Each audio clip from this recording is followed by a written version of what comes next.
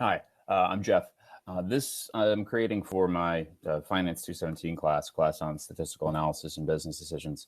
If you want to watch it, I think it's pretty helpful. Otherwise, welcome. Let's just get started because I'm here to talk today about how to use the empirical rule given a set of data. I'll talk through a lot of the stuff, but mostly let's just get to it. I'm going to start by sharing this so you can see that we're talking about the empirical rule, and that's me. The first, come on. Next slide. There we go. I'm just here to tell you how to do it. The first thing you need to do whenever you're using the empirical rule is make sure your data is normal. Data is rarely perfectly normal, but at least it should be close. And in order to figure out whether or not your data is at least close to being normal, you need to make a histogram. There's a couple different ways you can make a histogram. The way I'm going to show today is by using a pivot table in Excel, because we're going to do all of today's work in Excel.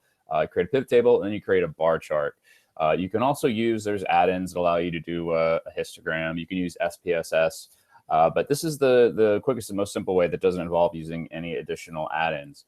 The second step to using the empirical rule is to calculate the mean and standard deviation of whichever data set you're using, remembering to use the correct formula for standard deviation, whether you have population level data or sample level data. If you have a whole bunch of data, like a lot, maybe more than 75 or whatever, the difference becomes minimal between the two. But you should always be mindful of that, which one you're going to use. And lastly, or you can also calculate that using a pivot table. So we're mostly going to be in pivot tables for the math until we actually get to creating the intervals. The last step is to create those intervals. And what those intervals do is they create expectations. So when you're operating under a normal distribution, a bell-shaped distribution, then you can say things about the population given only those three pieces of information. One, the data is normal, two, the mean, and three, the standard deviation. If you know those three things, you can say reliably that about 68% of the data will fall within one standard deviation of the mean. So if you start at the mean and subtract one standard deviation, add one standard deviation, between those 2 points, the interval created by x bar minus 1 standard deviation and x bar plus 1 standard deviation, that 68% of the data will be there. What do I mean 68% of the data? Well, in the data that we're going to look at today, it's a fictional taco stand. It sells tacos, burritos, and nachos because those things are awesome.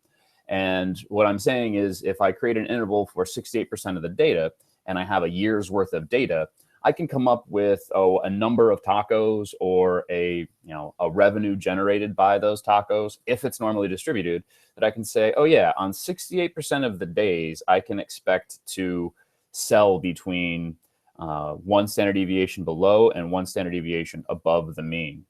Similarly, about 95% of those days I will sell between 2 standard deviations below and 2 standard deviations above the mean. And on practically all of the days, about 99.7% of those days, I will sell within 3 standard deviations of the mean for a number of tacos. Those estimates are pretty good if you want to know on a daily basis whether it was a good day or a bad day. For example, if you sell more than 3 standard deviations above the mean's worth of tacos, then that was an extraordinary day. Those days don't come around very often. Wow, you had a great day. If you sell, 2 or 3 standard deviations below the mean, wow, that was a really bad day compared to most of the days that you have. And given the variability, that's the standard deviation, given the variability that you have on any given day, you may have had a particularly bad day. So I'm going to start by getting into, I started already. I want to get to the data. So let's look at this one. So what I have here in this particular data set, as we can see, for this column, we have the date. So on January 1st, and this goes from January 1st all the way down to December 31st. This is a year's worth of data. You can see that we go to 366 for our rows because the first row is a header row, 365 days. Each column is a field or a variable. Each row represents a record for a particular day. On January 1st, we sold 208 tacos and generated $418.08 of revenue based on tacos. January 1st, we sold 93 burritos. We made $746 and so on. One last variable down here are the number of sauce packs that were taken from the bucket of sauce packs. It's sauce packs, but I'm funny. So South packs here. The reason I'm including that variable is I'm going to show you in just a minute. What I want to be able to do is generate a pivot table so I can get to the histograms. Again, if we're looking at here, first step is to make a histogram so we can look at the picture. I'm going to make a histogram by selecting all of my data. Control A will select all of my data. And on my quick access toolbar, I'm going to insert a pivot table. The pivot table goes here. Now I've got a pivot table. Wonderful. The first thing I'm going to do to create this pivot table for a histogram, let's take a look at tacos. And I'm going to take tacos and drag it down in here to the values section. So this section down here, I'm sorry, not values, I want it in rows. I'm silly. If I wanted to do descriptive statistics, which I will later, I'll put it down here in values. But I take tacos and I put it down here in units. And then I'll take any one of these variables. I'll take tacos and put it down in values too. Hey, I did it anyway. And I'm going to change this one to count, because what I've now set up this pivot table to do is to say on one day, I sold 142 tacos. On one day, I sold 150 tacos. On 3 days, I sold 159 tacos. Problem is, if I were to turn this into a bar chart of sorts, well, insert a bar chart, I get something that looks like this. That's not a histogram. Sort of looks like one, but the problem is each one of these bars represents a single value of tacos, 142, 153, and so on. And that's not a histogram. A histogram is going to create intervals, because effectively 142 tacos is the same as 143, as 144. They're about the same number of tacos. So I want to be able to create intervals that allow me to say, you know, roughly this amount. It makes the summarization a lot easier. So in order to create that summarization, I need to group the data. In order to group the data, I right-click anywhere over here where it says row labels and select group. It's then going to ask me how I want to group this data. I can say what point I want to start at, what point I want to end at, and how big I want those buckets or intervals to be. Now, it will default to a pretty standard looking set. You know, in this case, it's saying, hey, the minimum is 142, the maximum is 262. If you're generating this for yourself, maybe you want to be a little bit more specific about how you generate those intervals. I'll show a couple examples of how those histograms might look if you change the size of the intervals. But for now, we'll just use the default so I can show you what happens. Right there, it's now it's now grouped those numbers of tacos over here. So on 2 days, I sold between 142 and 151 tacos. I sold on 71 of those days, I sold between 192 and 201 tacos. So you can already see that the default that Excel gives you aren't really numbers that we like so much. We people tend to like numbers that end in 0 or 5, presumably because that's how many fingers we have. Well, 10 or 5 or something like that. However our natural numbers were devised. Nonetheless, we now have a table here that if we do that same thing we did before, in order to create a bar chart, we have something that looks like this. Let's see, let's move this guy to its own page so it looks a little bigger. And you can see this image right here, this is not quite a histogram. There's a couple other things we need to do. We probably want to reduce the gap size here. So let's close out some of this. Plot format, give me the numbers, change the gap width to 0, and that looks a lot more like a histogram. Now, I highly recommend whenever you generate charts and histograms that you always remember the last protocol, and that's to make sure your axes are labeled, L for label, that your axes are having the appropriate font size.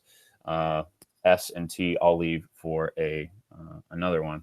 S is probably going to be something like size. T is probably going to be something like title. Actually, S is going to be your symbols or something like that. Not a protocol I have in place yet, but that's not relevant now. Skip that, ignore me. Not the purpose today. This shape right here is the purpose today. This shape right here is a normal distribution. Now, data is rarely perfectly normal, But in this case, it does have a general bell shape where most of the stuff is in the middle. You can see that the highest point is here in the middle, that the median is probably here too. It looks like on about half of the days, we had less than this amount. About half of the days, we had more than this amount. And the mean is going to be in here somewhere too. So we do have pretty normally distributed data. Let's take a look at a couple other examples that I've put together to show you. If we were to look at a couple of the other different examples. For example, this one looks like the tacos one that we just generated. If we were to do the same thing for nachos, in this case, I created a histogram for the nachos data. It looks pretty normal. Yeah, sure, there is a spike right around here that doesn't make it perfectly normal. But again, data is rarely perfectly normal. But as long as you have a shape that looks something like this, you're doing it right. We look at burritos, and, well, that's a little flatter. That's still pretty normal. Most of the stuff is in the middle. And in fact, if we change the bucket size from 10 to 15, it still has that shape. That skew does sort of come off here towards the negative side here. But regardless, we're still having, well, actually it comes towards the positive side if we're looking at the tail.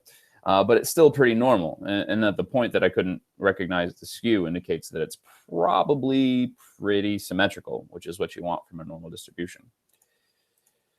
We have a number of different normal distributions, but if we look at the sauce packs data and we were to generate the same, to generate a histogram the same way we did for the other data, we can see that on 52 of the days we gave away between 1 and 10 sauce packs. On 31 of the days, we gave away between 51 and 60. To that end, we do not have normally distributed data here. There is no bell shape. In fact, the mode is over here. On most days, most people don't need sauce. And it's not bell-shaped. If anything is about it is symmetrical, it might be, I don't know, that it's fairly uniform. If you're going to call this anything, it's closer to uniform than any other distribution like that. So we would not be able to use the empirical rule for sauce packs, but we could use the empirical to make inferences about tacos, about nachos, and about burritos. We were able to do that because we saw that our data was normal, and we did so using a histogram in Excel. Our next step is to calculate the mean and the standard deviation. Now, you can go about this a couple of different ways. You can use formulas, but I heart pivot tables. So let's come back to our original data set here. Just label this so we're good people. This is my pivot table. And, oh no, all of my pivot stuff has gone away. Luckily, I have a menu up here that allows me to include my field list, and now it's back. So my field list before, right now it says count, but I don't actually want count. I want to be able to calculate some things like your mean and your standard deviation. So let's find my arrow. I'm going to change this to average, so I now have a mean. And I want to ungroup this. Well, now it's giving me average for this, and that doesn't make a whole lot of sense. What can we do to fix that? What can we do to fix that? What we do to fix that is we get rid of it altogether. What you end up having if you have tacos in here in rows is it's going to try to tell you the average of the days when I sold 142 tacos was an average of 142 tacos. On the days when I sold 167 tacos, the average number of tacos I sold was 167 tacos. That's because on a day when I sold 167 tacos, I sold 167 tacos. That doesn't mean anything. I don't want that there. I want all days. So I don't want anything to do with that. I know that on average, I sold about 201 tacos. I can do that for sales. I can do that for burritos. I can do that for all of the different items I sell at my particular taco stand. But I just want to look at tacos. I don't want burritos right now.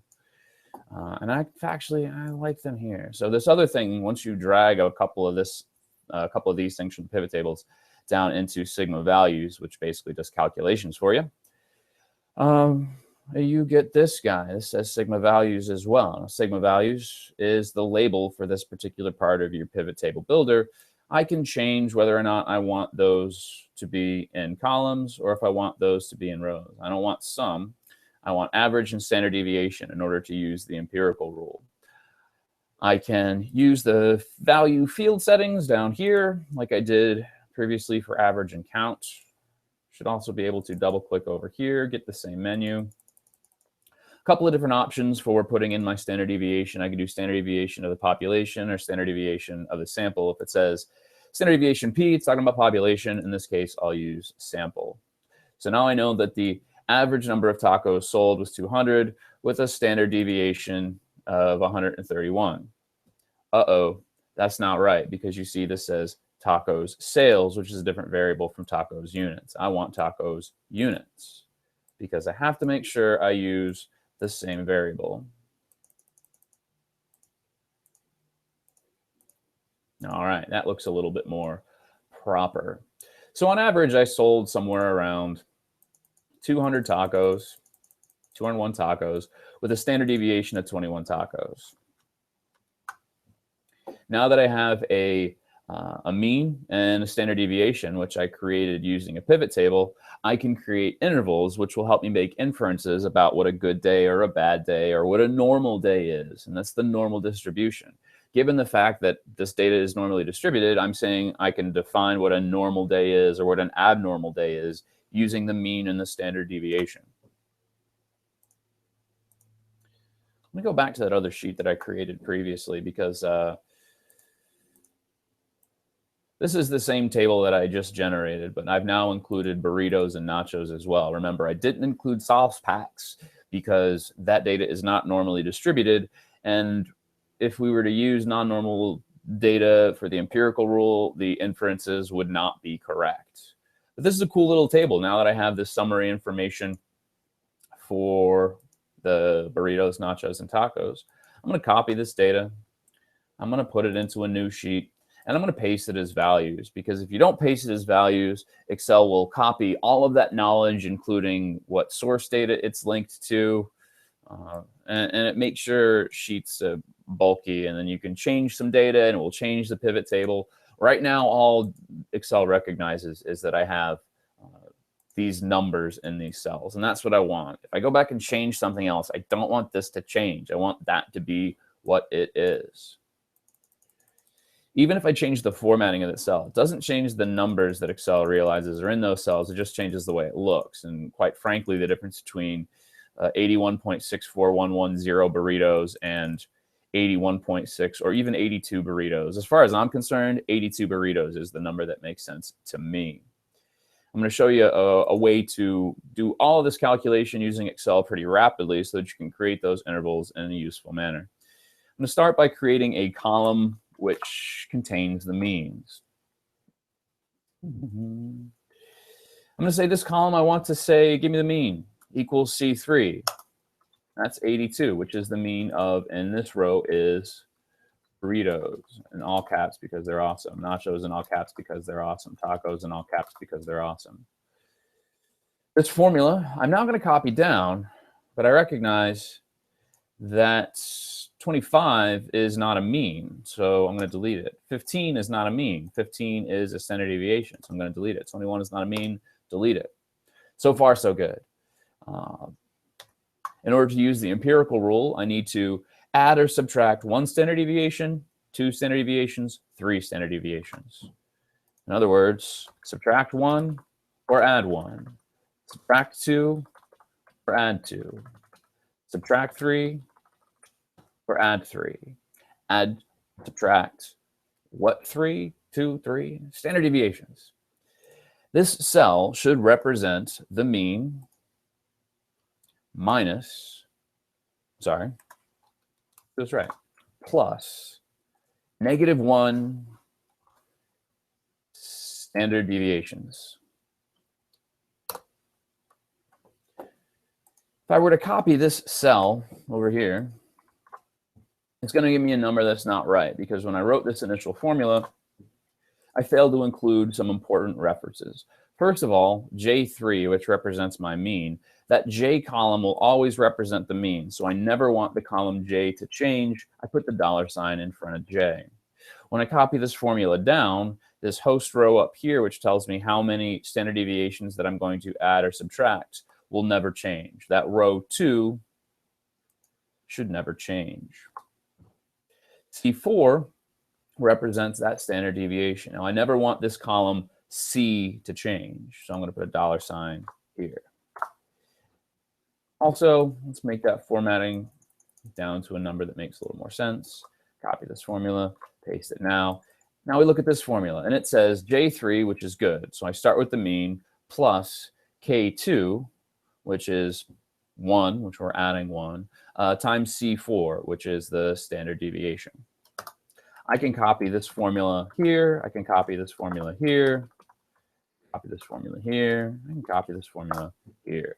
So now I have 3 different intervals, essentially. One, I have this interval, which represents -1 and +1 standard deviation.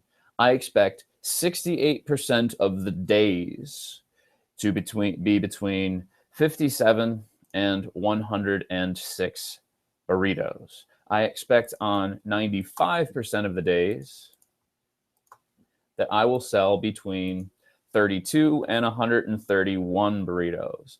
I expect on 99.7% of the days that I will sell between 7 and 156 burritos. Now that should make some sense to us if we're looking just at burritos. Let's come back to burritos here, because there are burritos histogram, which, no, we're missing some data here between 144 and 165. We sold 0 burritos between, on no days did we sell between 145 and 164 burritos. But on one day, we sold between 165 and 174 burritos. One day, one single day, did we sell more than 165 burritos. We come back here and we say 156. That was the upper bound of our 99.7% interval. So on 99.7% of the days, we will sell less than 156. On a 0.3% of the days, may we sell fewer than 7, which would be a really bad day for burritos, or more than 156, which would be a really good day for burritos. What's awesome about the way I wrote this formula is, if I know what I'm doing, let's hope, is that I can copy this formula down and I can have the same formula. It's a little harder to see because of that formatting. So we'll use the trace precedence. It shows me the 3 things that go into this particular cell. That's using the trace precedence from formulas. Drop down from formulas, you get the formulas ribbon, click trace precedence, and now it shows you what things go into that formula. The 3 things that go into that formula, 1 are the mean number of tacos, which was 201, and then the multiplier here, so -3 standard deviations. And what's the standard deviation? Well, the standard deviation is right here. Let's get rid of those so we can have a better look at exactly what our data says. Now we have a short version of the empirical rule, and I now have expectations on what normal days, what good days, and what great days would be for selling burritos, nachos, and tacos.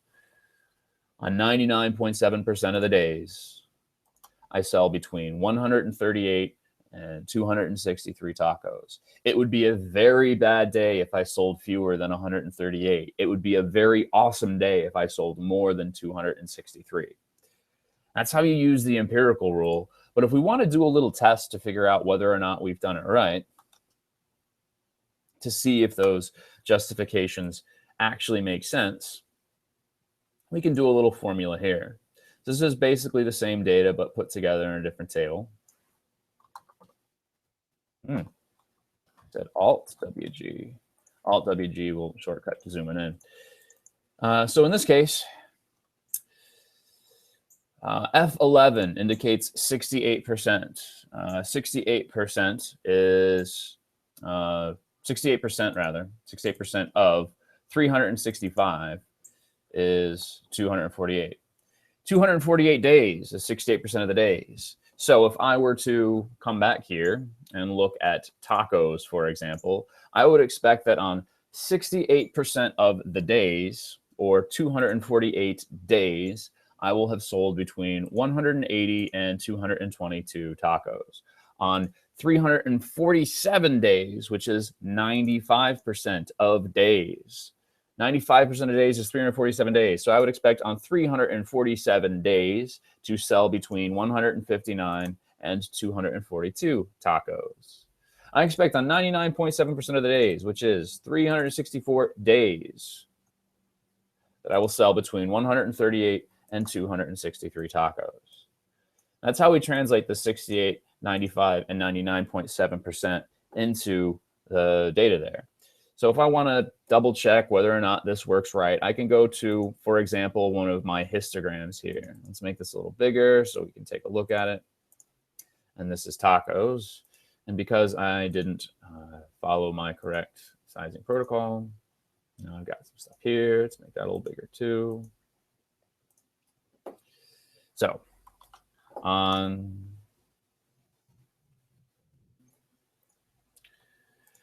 248 days, I expect between 180 and 222. So this is approximately 182, or approximately 180. This goes a minimum of 182, and again, the maximum was 222. So that's somewhere around here. So this bar plus this bar.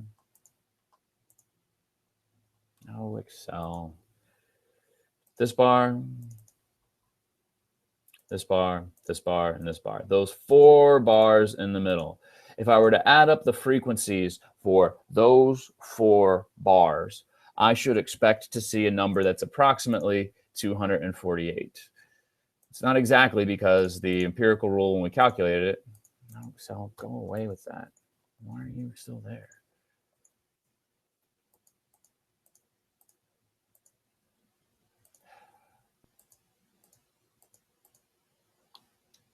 Excel can be temperamental if you're aggressive with the mouse. 68% of the days, 248 days between those 2 numbers. Let's come back to the pivot table so we can actually get some counts on that.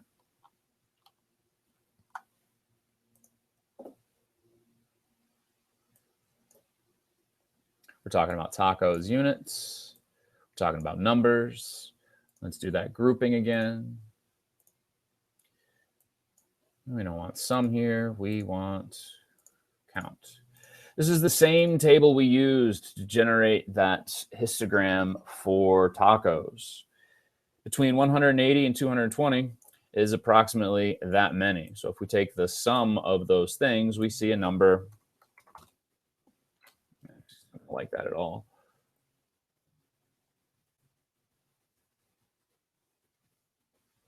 Don't add up stuff in the pivot table. Paste the data. Excel prefers that. So those are the four intervals which would comprise the 4 bars for approximately 68%. That's about 235.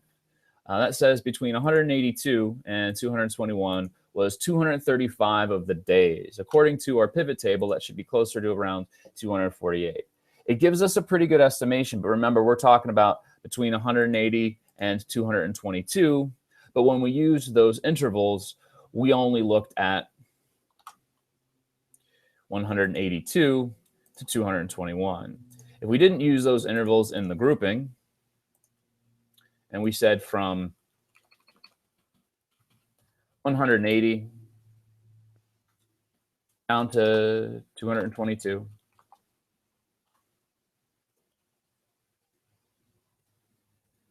and then I wanted the sum of all of those. See 250. 250 is pretty close to 248.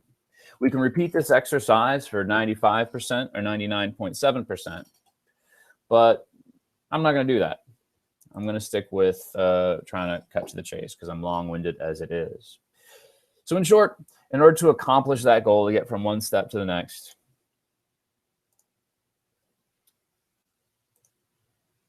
you follow the steps of creating a pivot table, grouping the data, choosing how you want to group that data, generating a histogram. That will allow you to see whether or not your data is normal. Once your data is normal, create a pivot table for descriptive statistics that allows you to calculate the mean and standard deviation of any normally distributed data. Once you have a mean and a standard deviation for normally distributed data,